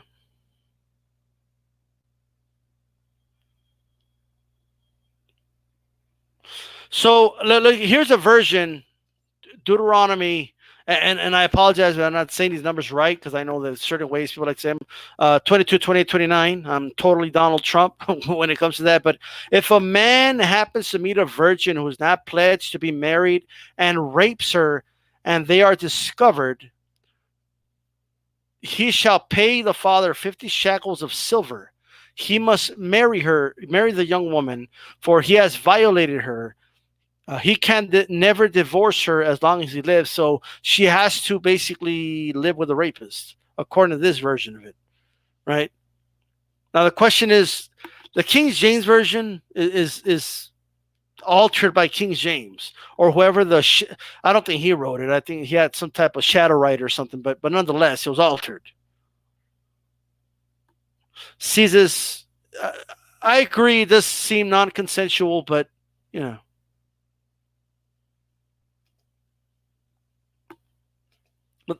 But here's the problem, okay? Like, I don't want to live in a society where if a guy rapes a woman, his punishment is to pay off the father, and then she is forced to marry her rapist, okay? And it's such a punishment for him, and I just want to understand how that could be justified.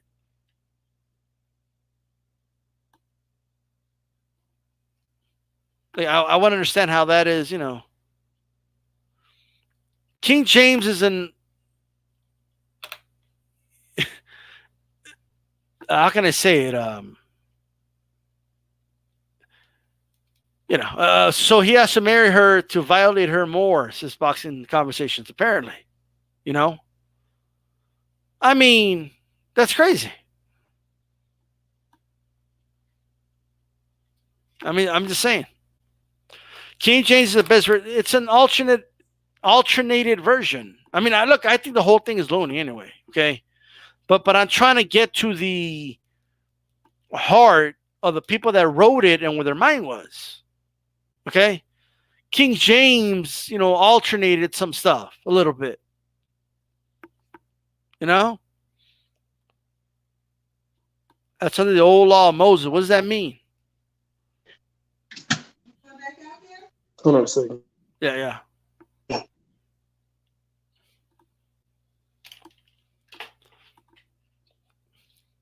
I'm still trying to understand how someone can believe the earth is flat. Like, I'm trying to grasp that. Other than just believing everything we know as we know it is all nonsense. I just can't get it. I mean, wait for Callie, go over some scriptures, and we'll wrap this one up in a little bit. Okay, Miguel, I mean, you believe what you want to believe. I'm looking for the non-trans. I'm going to have to go through the Bible and get the non-translated version. I'm going to have to go pull it out because I have a Bible still, but I put it up in storage, so I got to go get it out of the storage. Now, because the King James version romanticizes a lot of things in the Bible. Yeah, I have a King James version and a non-King James version of this stuff. Yeah, the King James version does. On this version, it clearly says if a man happens to meet a virgin who's not pledged, marries her and rapes her, and they are discovered, 29, like he shall pay the father 50 shekels of silver. Yes, that's crazy. Yes. And I just want to know: are we misinterpreting that, or like you know what I mean? Like, do we? What do we? It seems to me like people want to pick and choose what we don't take literal and what we do take literal. Yes. You know? And that's my problem though. People look, man, this the fact of the matter is, man, you believe the Bible. There's multiple versions of the Bible. Right. There's multiple sects of Christianity. Mm-hmm. I'm for real. Christianity wasn't even the first one of the three religions of Israel of Abraham. The first one was Hebrewism, which was the Torah. The Torah came out, then the Bible came out, then after that the Quran came out. Which one's real? And then on top of that too, for all you wannabe believers, like I said, Mithra, Gilgamesh. There was multiple versions of the Jesus story that came out before he was even around.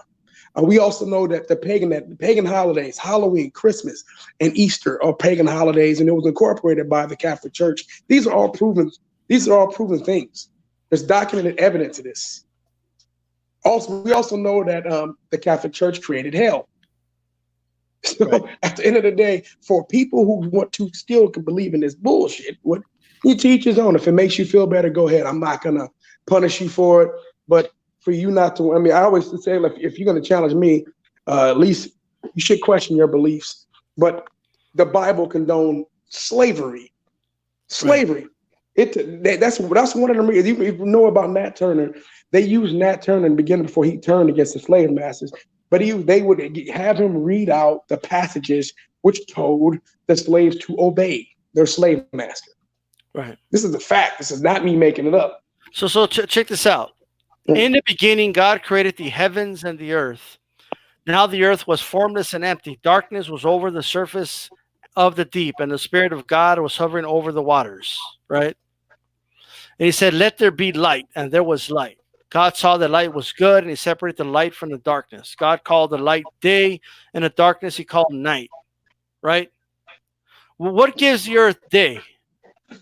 What gives us day, Kelly? Well, we know it gives us day, but what provides us with the day? What happens? We know for a fact that the Earth's axis that it moves. We know that for a fact, and then it moves towards the sun. And that's how we get day. The sun.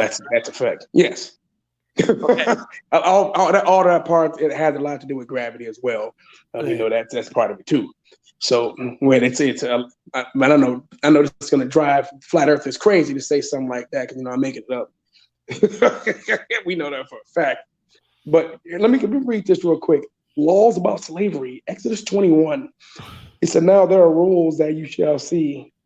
Oh man, I said this is what I hate. I hate when they translate it because I actually read the non-translated version the other day. I got to go back and find it. God, I had the non-translated version. We'll come back. We got to come back and do this again.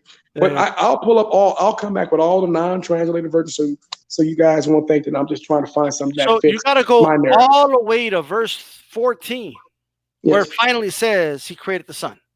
Yes. Like it's just, he called it day. Well, without the sun, there is no day. Right. Let me ask you something. I mean, most people, what we call, Christian fundamentalists believe that the earth is 6,000 to 10,000 years old. Right. So I just want to know for all you people who still believe, do you believe that the earth is only 6,000 to 10,000 years old? That's a legit question. I just have for people.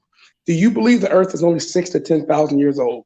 Even though we have carbon dating, which proves that it's not, but whatever.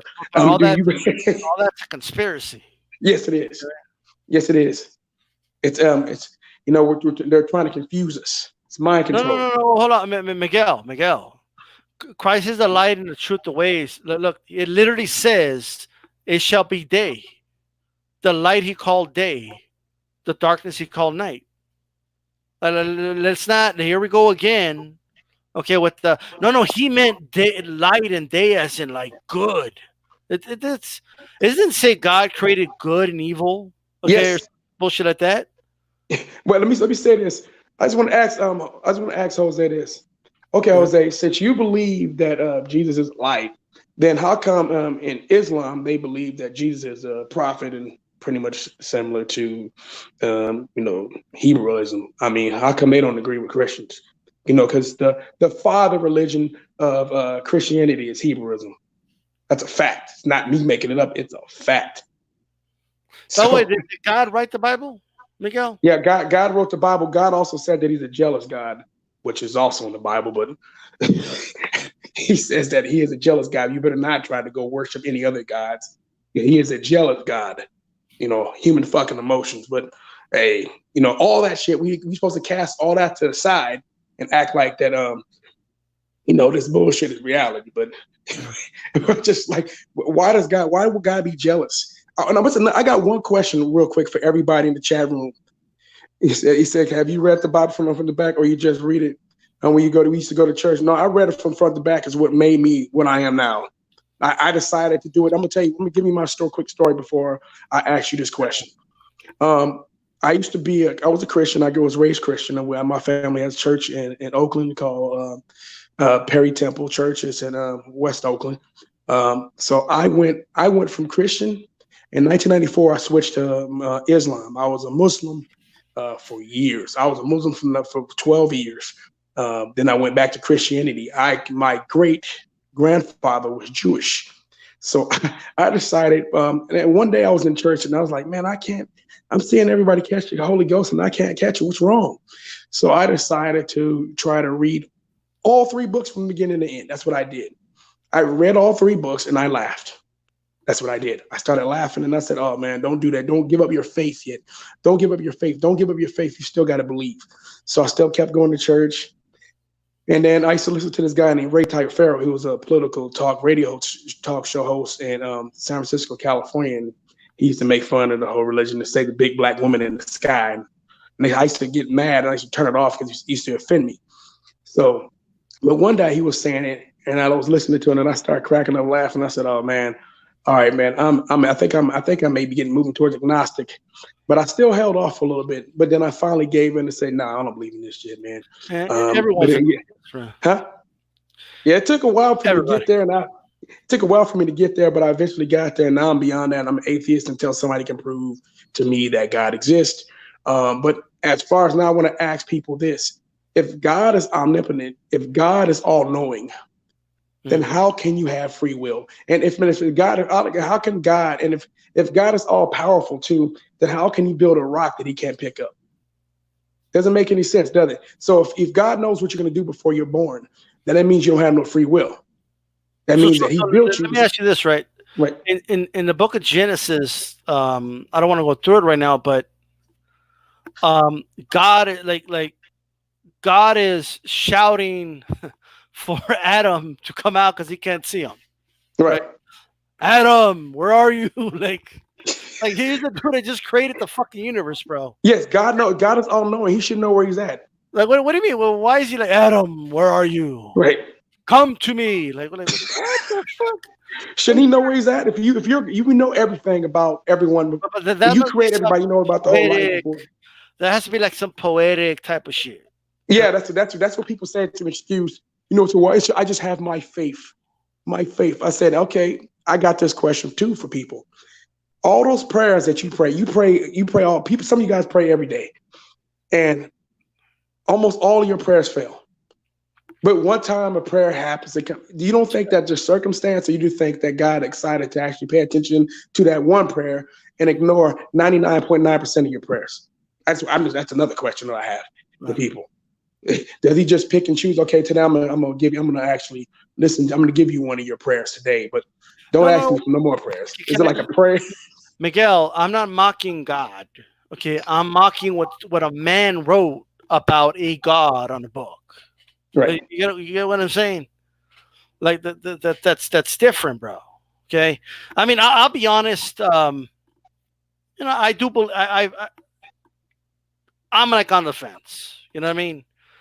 I don't know if there's a God or not.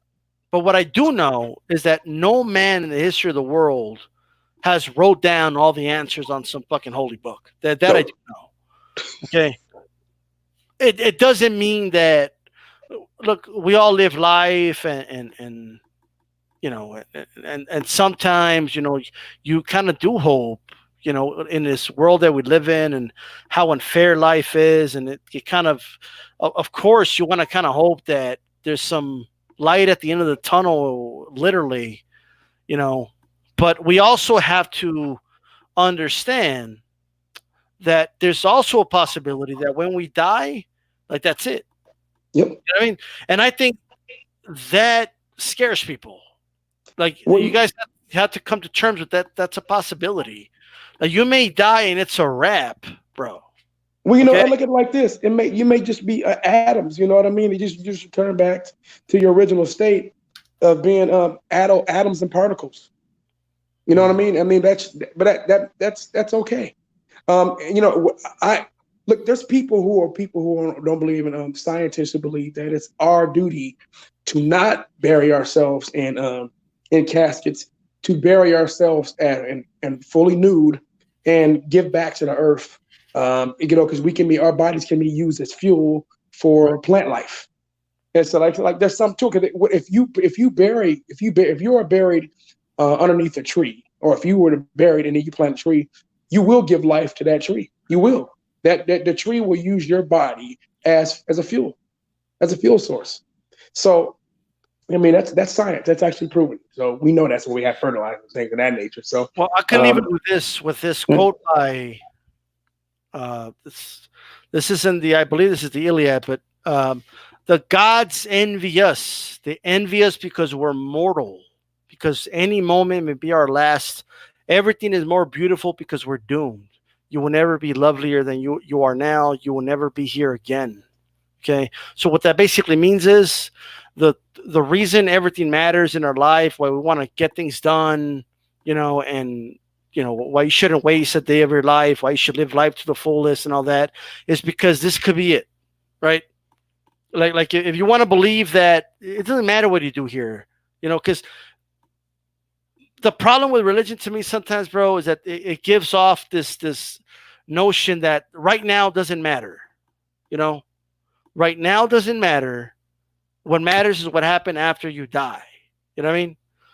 But I do believe life matters. I do too. I Like do too. if I think life was, dude, if we lived forever, like we wouldn't be in a rush to do anything. no. You know what I mean? Like we wouldn't like. Why would you sit down and read a book for? We would be master procrastinators. Like we would have like life as we know it would be completely different. You know what I mean? And people just assume we're going to live life in an afterlife the way we do now. But I mean, just think about what you guys are saying. You know, um, I do have questions whether there's a such thing as a soul, and you know, I do find myself to be somewhat of a spiritual person and stuff like that. But that's a different conversation.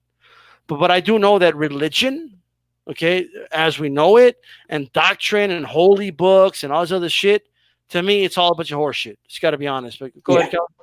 No, man. You know, it's not me trying to be disrespectful. Only thing I ask people is just to question your beliefs. It's okay to question your religion and the source for it, especially for us Black and brown people. The religions that most of us believe or grew up in came due to our oppressors. If you're from South America, you're from North America. If you're Africans that were brought over here to North America or South America, and to the Americans and even to the Caribbean islands, Christianity, Catholicism was forced upon you. Your ancestors before that did not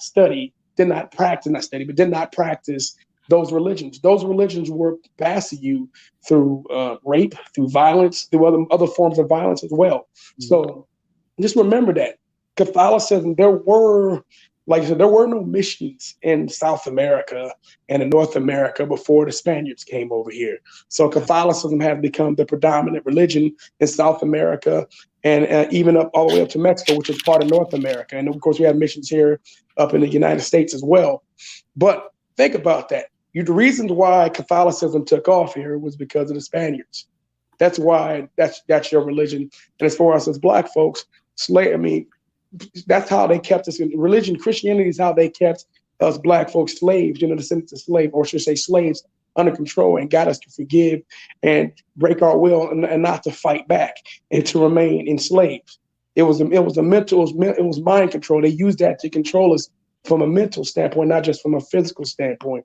So, and then of course black folks and of course the natives, which I consider Mexican, and what Mexicans, when I know Mexicans and South Americans, majority of you guys are Native American. That was used in order to control you too. And of course, and when you're going through struggle, when you're being oppressed, you look for things to cling on as ways to help you through that tough times. So a lot of people adopted the religion and use it as a way to help them, to try to get them to forget the horrible experiences that they were going through. And unfortunately, it stuck around and they passed the religion down to generation to generation to generation. And there hasn't been a lot of people questioning, why do we believe in a religion that was forced upon us? That's what I want you to think about for a minute. I appreciate that. Andrew Charles. Logic says God cannot be explained by man. He is beyond the trained thought of human thinking. So how did man come up with the concept of God then?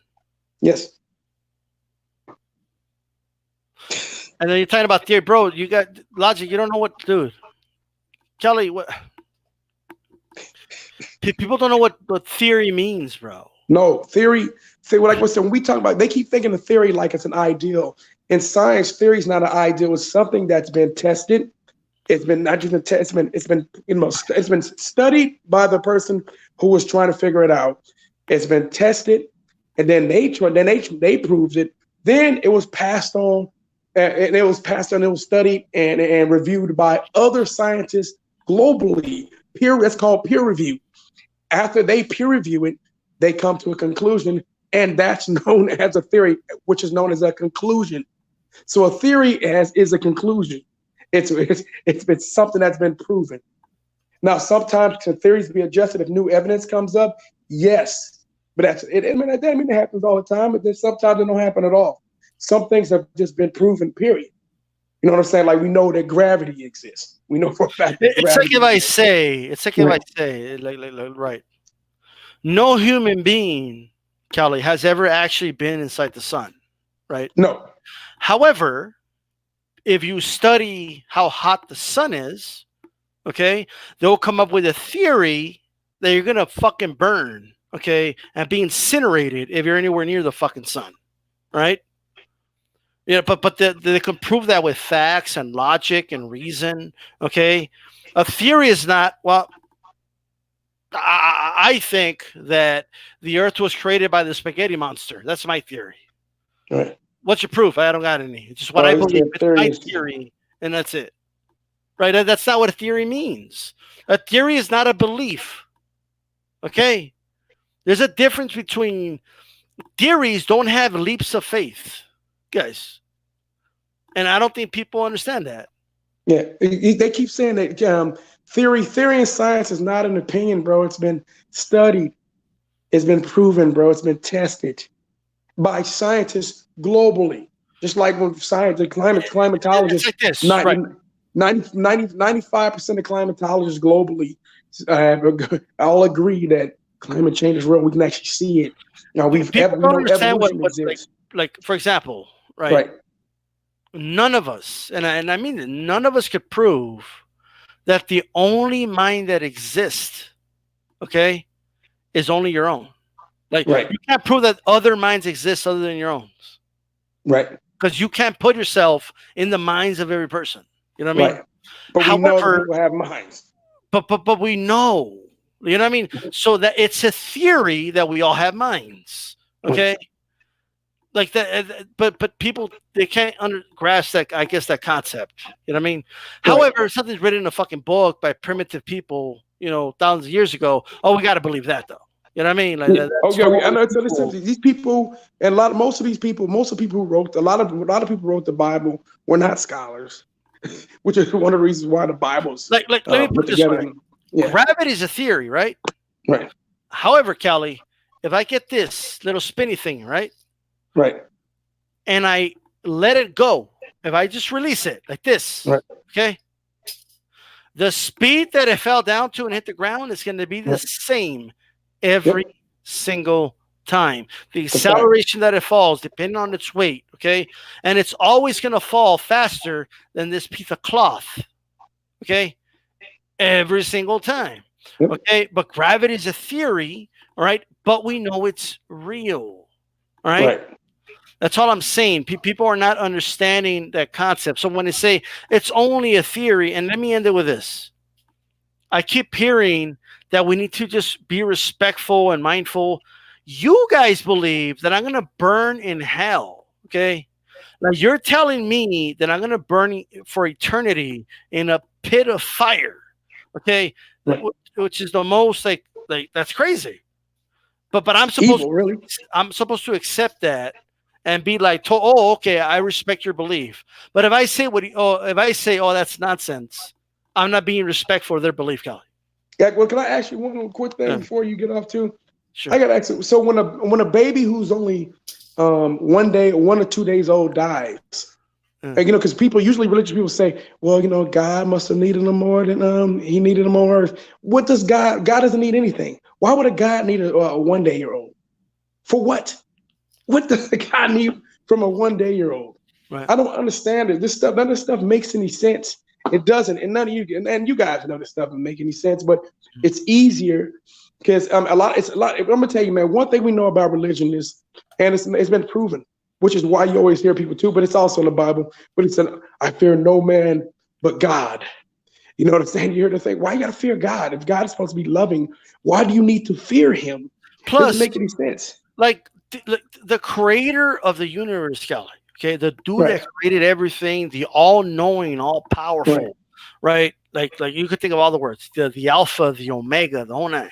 Okay, this dude, like he revamped himself.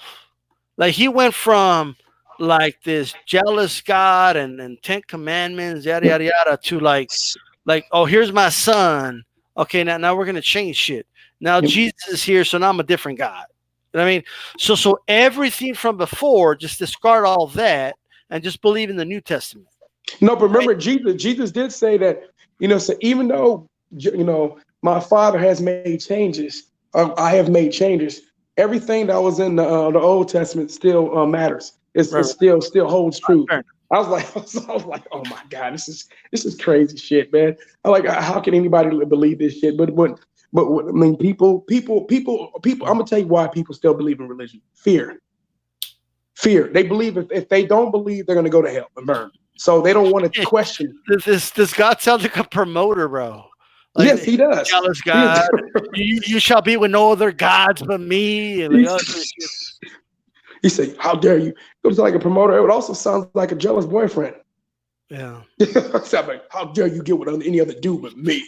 I just don't think that if there is a creator of the universe and all that, I don't think he gives a shit what position we have sex in. No. Okay, I don't think he cares about it. If you get a tattoo on your body and I just don't, man. But when you say that, especially the Bible guy, when you say that his relationship with his believers is kind of unhealthy. It just seems kind of unhealthy the way he set it up. It just seems weird. Like it seems totally unhealthy to me. You fear me, you worship me all the time. You fear and worship me. You fear and worship me and love me. So I want you to fear me, worship me, and love me. It's hard. When you fear something, it's really hard to love something if you fear it. If you're scared to death of it, it's weird that way. You fear, if you don't fear me, love me and worship me, I'm gonna send you to hell. Right. I mean, what kind of relationship? And then you're rewarded by like you're gonna die, right? And it's just, I want you to think about this, I forget what atheist said this, but he goes, so I'm gonna die, and what I look forward to is just praising God for all eternity. Yes, you know what I mean, like they do in North Korea. Yes, just praise dictator, a dictator. So you gotta praise me for all eternity. Like I said, it's an unhealthy relationship, and not just that too. Hell, Catholicism believes that no matter what you do, you can be a child. You can be. Well, I'm trying. I don't want to say the words, but you can just do whatever you want, and as long as you repent, right? you can go to heaven still. Then what's the purpose of being a good person? Mm-hmm. What's the purpose? I'm wasting my time doing everything the way he wants to. But if I just repent before I die, I get to go to heaven anyway. But if you didn't grow up Catholic or Christian or nowhere near Bible, by the way, let's say we're born in I don't know. Or if you're born in Iraq or something like that, you're destined to go to hell. You know, but you're a good person. You never did anything wrong to anybody. You lived a good life. You're a good father, whatever it is. But you're gonna go to hell. So you picked the wrong religion. You're gonna go to hell anyway because you didn't believe in the right religion. You didn't believe in technically it's technically according to the children of Abraham, it's all the same God. But you know, you don't believe in the right beliefs and you don't worship the right way. But you gotta. We definitely got to have a deeper conversation, and in fairness, gets people that could counter if they want to counter any points. Yeah, I agree with that. And so I love this type of discussion, man, because usually I usually get people who come to me and tell me, said, well, you know, you really should come look at. I had this very attractive woman come up to me and tell me, you should come to church with me. You really should. I'm like, I mean, the only way I would go to church with you is because I want to do something with you. I don't want to go to church. No, I didn't say that. I didn't say that. That was but I do got to run, Kelly. But I definitely want to thank you for coming on, man. Thanks for everybody in the chat and all that, man. And we definitely got to do this another time, man. All right? Oh yeah, man. Let's do. If you want, we can do a whole stream with this, man. I love this. I love to get away from sports and boxing and talk about stuff like this in life and politics, man. It's a necessity. I do gotta run, but go for it, man. I'll shoot you like a message on Twitter sometime. All right, sure, man. Sure. All right.